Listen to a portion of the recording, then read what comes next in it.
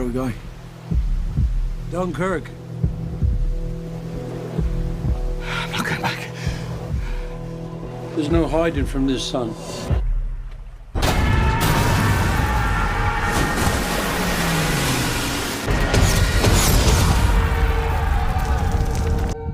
The Dunkirk pertama kali ditayangkan di teater pada 13 Juli 2017. Film hasil garapan sutradara terkenal Christopher Nolan ini berhasil meraih pendapatan sebesar 17,6 juta dolar atau setara dengan 235 miliar rupiah pada penayangan perdananya di teater London, Britania Raya.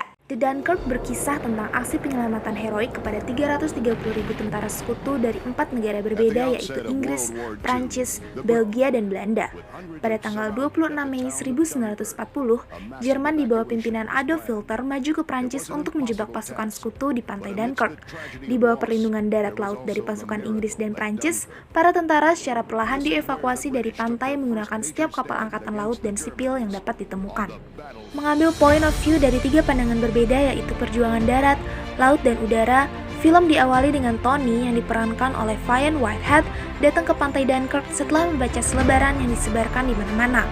Di sana, dia melihat ratusan ribu barisan tentara yang sama-sama sedang menunggu untuk diselamatkan. Namun tiba-tiba, sebuah bom dijatuhkan hingga menewaskan banyak dari mereka.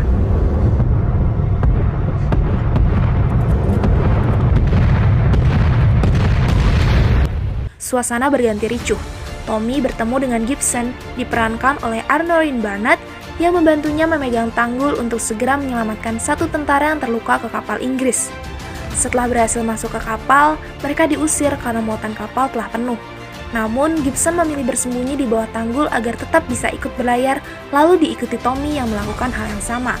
Tetapi belum lama berlayar, lagi-lagi perjalanan mereka dihambat oleh serangan udara Jerman yang membombardir kapal hingga tanpa waktu yang lama mengakibatkan kapal itu harus tenggelam. Di tengah kericuhan, Tommy menolong seorang tentara bernama Alex, diperankan oleh Harry Styles, yang saat itu hampir terhimpit di antara 2 badan kapal. Setelah kecelakaan itu, mereka bertiga harus kembali lagi ke tepi pantai untuk menunggu kapal penyelamat selanjutnya sambil dihantui oleh rasa takut akan kematian yang setiap detiknya terasa begitu dekat.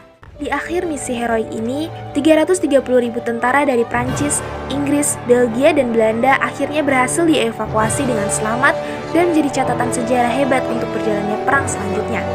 Secara keseluruhan, film ini sangat saya sarankan untuk ditonton secara langsung.